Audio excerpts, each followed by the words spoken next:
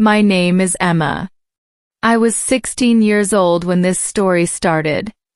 I lived in a small town called Greenfield, near Chicago. It was a quiet place with green fields, small shops, and one big school where all the students went. That year, I started my 10th grade. We had a new teacher for literature. His name was Mr. Carter. Hello, English learners. Today, we have a very special story to share with you. It's not just an ordinary story. It's a heartfelt journey about a young girl and her favorite teacher. As you listen, you will not only enjoy the story, but also improve your English listening skills. Stay with us until the end, because we have some helpful activities for you. After the story, we'll review some useful vocabulary and phrases, and you'll get a chance to practice writing short sentences about your own experiences. Plus, we'll do a shadowing exercise to help you speak more confidently. So, are you ready? Let's continue listening to Emma's story. He was only 25 years old, but he looked very mature. He had dark blonde hair, glasses, and carried a brown leather bag. He wore simple clothes, a white shirt, and sometimes a dark blue sweater. He looked calm and kind. His eyes were green. When he smiled, they looked warm like sunshine. All the girls in my class noticed him on the first day. Some whispered and giggled during class. They asked silly questions just to talk to him. One girl dropped her pen 3 times on purpose, hoping he would see her. But Mr. Carter was always polite. He didn't get angry.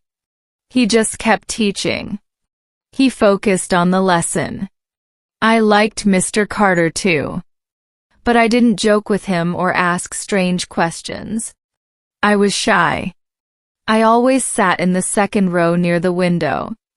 I listened carefully. When he read aloud from a book, his voice made me feel peaceful. I loved reading. Mr. Carter made every story special. He was a good teacher. He didn't just ask us to read. He explained what the words meant. He told us why the writer chose certain sentences. He helped us understand if a poem was happy or sad. He asked us to write what we felt after reading. I loved that. I always tried my best. I wanted him to notice me. And he did. After class, he sometimes gave me my paper back and said, "Good job, Emma." Just those words made my heart happy. Sometimes he smiled at me in the hall. My cheeks would turn red. I never missed his class. Even when I was sick, I came to school. I wanted him to see I was a good student. I wore my best clothes on his days. I brushed my hair nicely. I wore a small silver ring my grandmother gave me. I wasn't trying to look pretty like the other girls. I just wanted to feel good about myself. I hoped he would see I was different. But Mr. Carter was always the same. Friendly but not too close. He helped everyone equally. Still, when he asked me questions in class, my hands would shake. My heart would beat fast. But I answered anyway, even if I was scared. When he said, "Well done," I smiled all day. At home, I thought about him. I wondered what he liked to do after school. Did he have a cat or a dog? Did he listen to music or read books like me? I didn't know. I just wanted to find out. One day, by accident, I saw him at the grocery store. He was holding a basket full of fruit and bread. He saw me and said, "Hello, Emma. Doing some shopping?" I nodded and smiled. My hands felt cold, but I was happy all day. A week later, I saw him again in town. He was coming out of a small bookstore. He was with a man about his age. I guessed it was his friend. They were laughing. When Mr. Carter saw me, he waved and said hello. I waved back. I watched him walk away.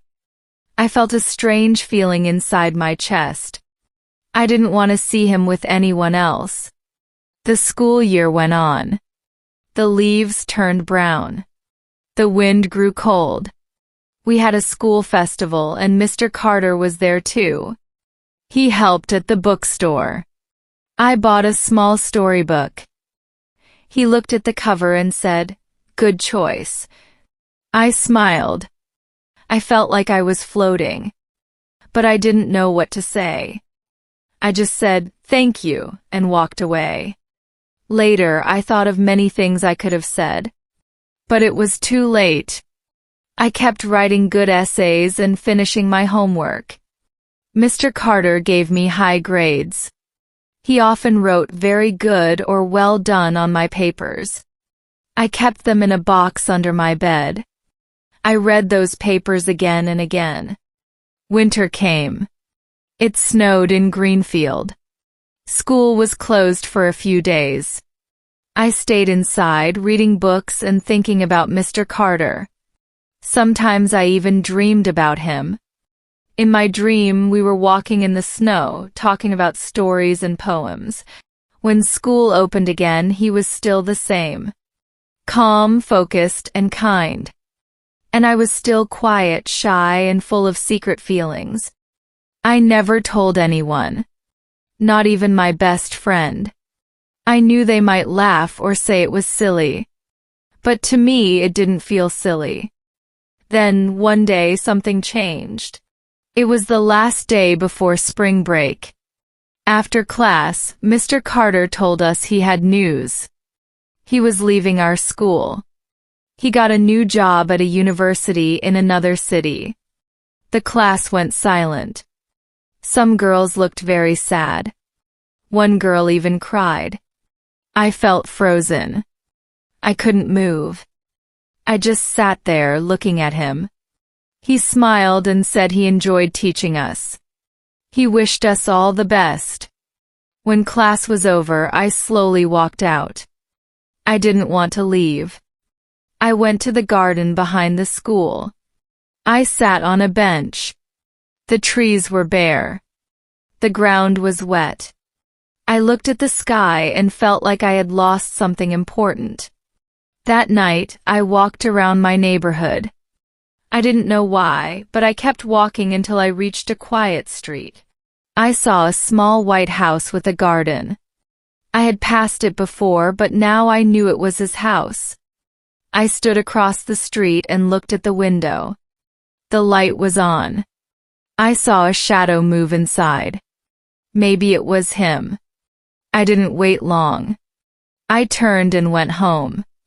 That night I couldn't sleep. I thought about all the classes, the stories we read, the times he smiled at me, and how he was leaving. My chest hurt. I didn't say goodbye. It was too hard. Before I tell the rest, I want to ask you something. Where are you listening from? It helps me to know someone is hearing my story. Please tell me in the comments. After Mr. Carter left Greenfield, everything felt different. I still went to school every day. But I felt less happy. Literature class was not the same. The new teacher was okay, but I missed Mr. Carter's voice, his smile, and how he explained stories. For many weeks, I kept thinking about him. Sometimes I passed by his old house. The lights were off now. A new family was living there. Seeing them felt strange. It was like my memories were slowly fading. Time moved on. Summer came. School ended. I started preparing for college. I wanted to study English literature. I spent most of my time reading books, writing essays, and practicing grammar. My parents supported me. They said I had a good chance to get into a university in the city. I also joined a small English class in town. It was for students who wanted extra help for the entrance exam. The class was small, only 8 students. We met twice a week in the evening. It was in a quiet building near the train station. On the first day, I went in and sat quietly. A few students were already there. Then the door opened. It was Mr. Carter. I couldn't believe it. He looked surprised when he saw me. But then he smiled and said, "Welcome, everyone. I'm Mr. Carter. I'll be your teacher for the next 6 months." I was shocked. He was just a few feet away from me. He looked a little different. His hair was shorter. He wore a dark jacket. But his kind green eyes were the same. My hands felt cold again. After class, he came up to me. "Emma," he said, "it's good to see you again. You've grown." I smiled. I didn't expect to see him here. I told him I had moved back last month. He said, "I miss teaching high school students, so I decided to come back." We didn't talk much more. But those few words made me feel warm inside. The next weeks went by quickly. I worked hard in his class. I answered questions, did every assignment, and stayed after class to ask about difficult parts. Sometimes we talked for a few minutes. He asked about my plans. I told him I wanted to study literature. He said that was a good choice. One evening after class, it started raining. I didn't have an umbrella. I stood near the door looking at the street. The rain was heavy. "Do you want me to walk you home?" Mr. Carter asked, holding a big black umbrella. I was surprised. "Are you sure?" I asked. "Of course," he said. We walked slowly in the rain. The streets were quiet. The only sound was rain hitting the umbrella. "Do you still read a lot?" he asked. "Yes," I said. "Even more than before." We talked about books, school, and the future. It was a nice walk. After that, he walked me home more often. Sometimes we stopped at the park. We sat on a bench and talked about stories or music. He told me about his new job. I shared my dreams. We laughed. I felt like we were no longer just student and teacher. We understood each other. One Saturday, he asked, "Would you like to go to the movies?" "Yes," I said. "It's an old movie, but I think you'll like it," he said. That evening, I wore a pretty dress and a small necklace. We met outside the theater. He looked happy to see me. We watched the movie and then went to a small cafe. It was raining again. The cafe lights looked golden. That night, he kissed me for the first time. It was soft and gentle. I felt like I was dreaming. After that, we spent more time together. We kept it secret. Only I knew. I didn't tell my parents or friends. I didn't want anyone to judge us. I wondered if this was real. I was just a student. He was older. But when we talked, it didn't feel wrong. We shared long conversations. We liked the same books and music. I felt safe with him. I felt seen. The months went by quickly. My exams were coming. I studied harder than ever. Mr. Carter helped me with practice questions. He gave me advice. He said, "Believe in yourself, Emma. You can do this." Those words stayed in my mind. Then, one day, everything changed. It was a warm afternoon. We sat on a park bench. He looked serious. I knew something was wrong. "I need to tell you something," he said. "I got a job offer." I looked at him. "Where?" I asked. "In the United States. A school in Boston wants me to teach literature," he said. "It's a big opportunity." I didn't speak. I just looked at the trees. I haven't said yes yet, he added, but it's a good chance for me. My heart felt heavy. I tried to smile, but I couldn't. I understand, I said softly. He took my hand. I care about you, Emma, he said. You're very special to me. But I have to go for my future.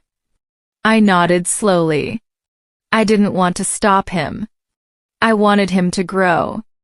But I didn't want to lose him again. We promised to stay in touch. He said he would write. I promised I would reply. The next weeks were hard.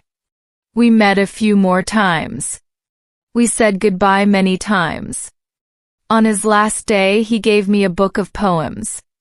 His handwriting was inside. Never stop writing, he said. I hugged him. Then he left. Just like that. After he went to Boston, I felt empty.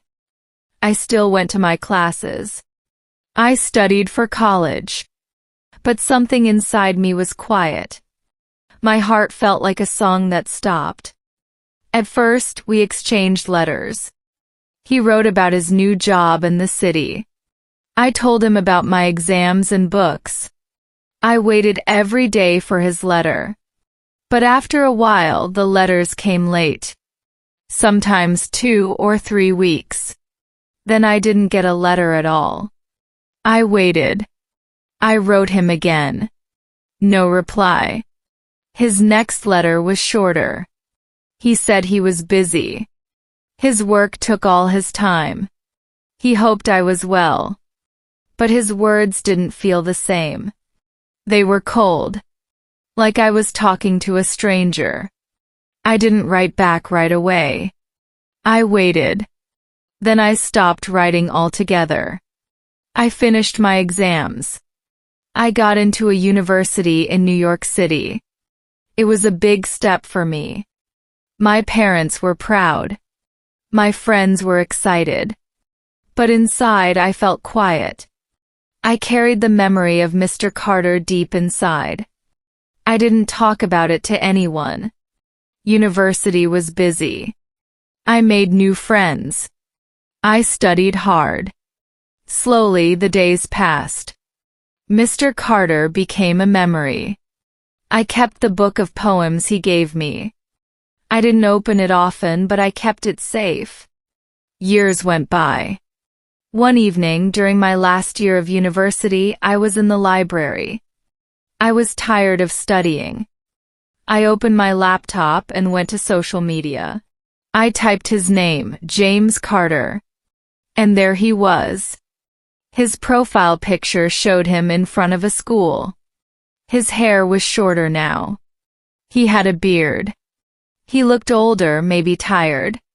But it was him. I didn't know what to do. I sat quietly looking at the screen. Then I typed a short message. Hello, Mr. Carter. This is Emma from Greenfield. I hope you remember me. I sent it. The next day he replied. Of course I remember you, Emma. It's nice to hear from you. How have you been? We talked a little online. After a few days he asked if I wanted to meet. I'll be in New York for a conference, he said. Would you like to meet? I said yes. We planned to meet at a small cafe near the park. I arrived early. I wore a simple dress and tied my hair back. I didn't know what to expect. I looked out the window and waited. Then I saw him. He came in slowly wearing a dark coat. His face looked older. He had small lines near his eyes. He had gained some weight. His green eyes weren't as bright as before. Hi, Emma, he said with a smile. Hi, I replied. We sat down and ordered coffee. We talked about school, work, and the years gone by. He told me about his job in Boston. I shared my plans to become a writer. But something was different. I didn't feel the same. He was kind and calm, but the feeling I once had was gone. Maybe I was not the same girl anymore. After 2 hours, we said goodbye. "It was really nice to see you," he said. "It was nice to see you too," I replied. That evening, I walked back home. I felt a mix of feelings: peace, sadness, and a little happiness. I thought about everything we shared. It was real, but it was over. A few days later, he sent me a message. "It was nice meeting you. I hope we can stay friends." I replied, "Thank you, Mr. Carter. I wish you all the best." We talked a little more. But I knew it was time to move on. 1 week later, I was walking in the park near my home. It started to rain. I stood under a tree and watched the drops fall. The world looked soft and quiet. I remembered when he walked me home in the rain. I remembered his voice, his gentle smile. And I smiled. I thought, life is like rain. Sometimes it's cold and sad. But it also helps flowers grow. It makes the earth new again. It washes away the old and brings new things. I still think of Mr. Carter sometimes. But now, when I remember him, I don't feel pain. I feel calm. He was part of my story. But he is not the end. Now I am writing new pages. I have a job I love. I teach children how to read and write. I help them see the beauty of words, just like he once helped me.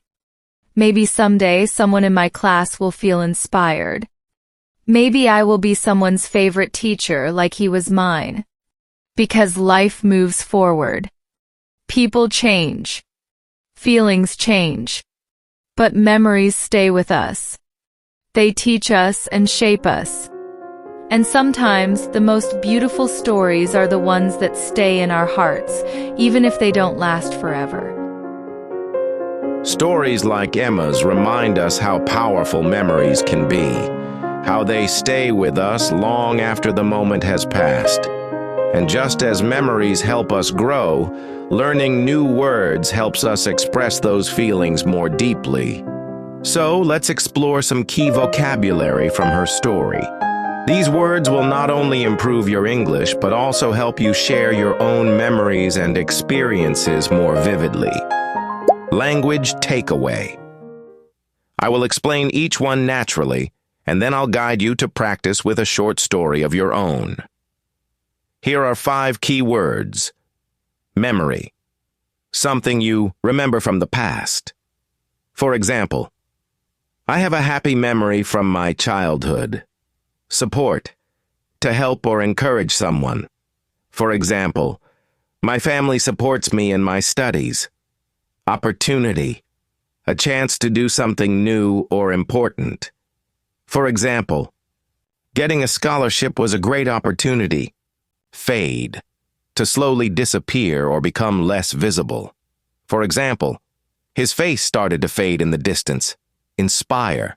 To motivate or encourage someone to do something good. For example, her story inspired me to follow my dreams. Now I want you to write a short story using these words. Here's an example to help you. Last summer, I visited my grandmother's house. I remembered a funny story from my childhood. It was a special memory. My grandmother always supported me. That day, I felt inspired to be kind to others. I hope my good memories will never fade. Try to write 3 to 5 sentences using these words about your own life. When you're ready, we'll move on to the shadowing practice. Shadowing practice. Great job. Now it's time to practice speaking. I will read each sentence twice. Your goal is to listen carefully and repeat aloud right after me. This is called shadowing. It helps improve your pronunciation and fluency. Let's start. Sentence 1. Last summer, I visited my grandmother's house. Again. Last summer, I visited my grandmother's house. Sentence 2. I remembered a funny story from my childhood. One more time. I remembered a funny story from my childhood. Sentence 3. My support system is very important to me. Again. My support system is very important to me. Sentence 4. Some memories will never fade away. One more time. Some memories will never fade away. Sentence 5. Her words inspired me to try new things.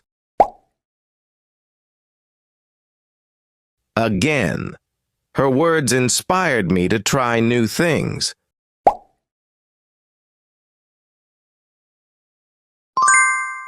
Good job. Keep practicing these sentences aloud. The more you shadow, the better your speaking skills will become. Thank you so much for listening today. We hope you enjoyed Emma's story and found the vocabulary and practice helpful. Remember, learning English takes time and practice, but every step you take gets you closer to your goal. If you liked this video, don't forget to subscribe to our channel and click the like button. Share your short story in the comments. We'd love to hear from you, and stay tuned for more stories and language activities in our next videos. Until then, keep practicing, stay motivated, and see you next time.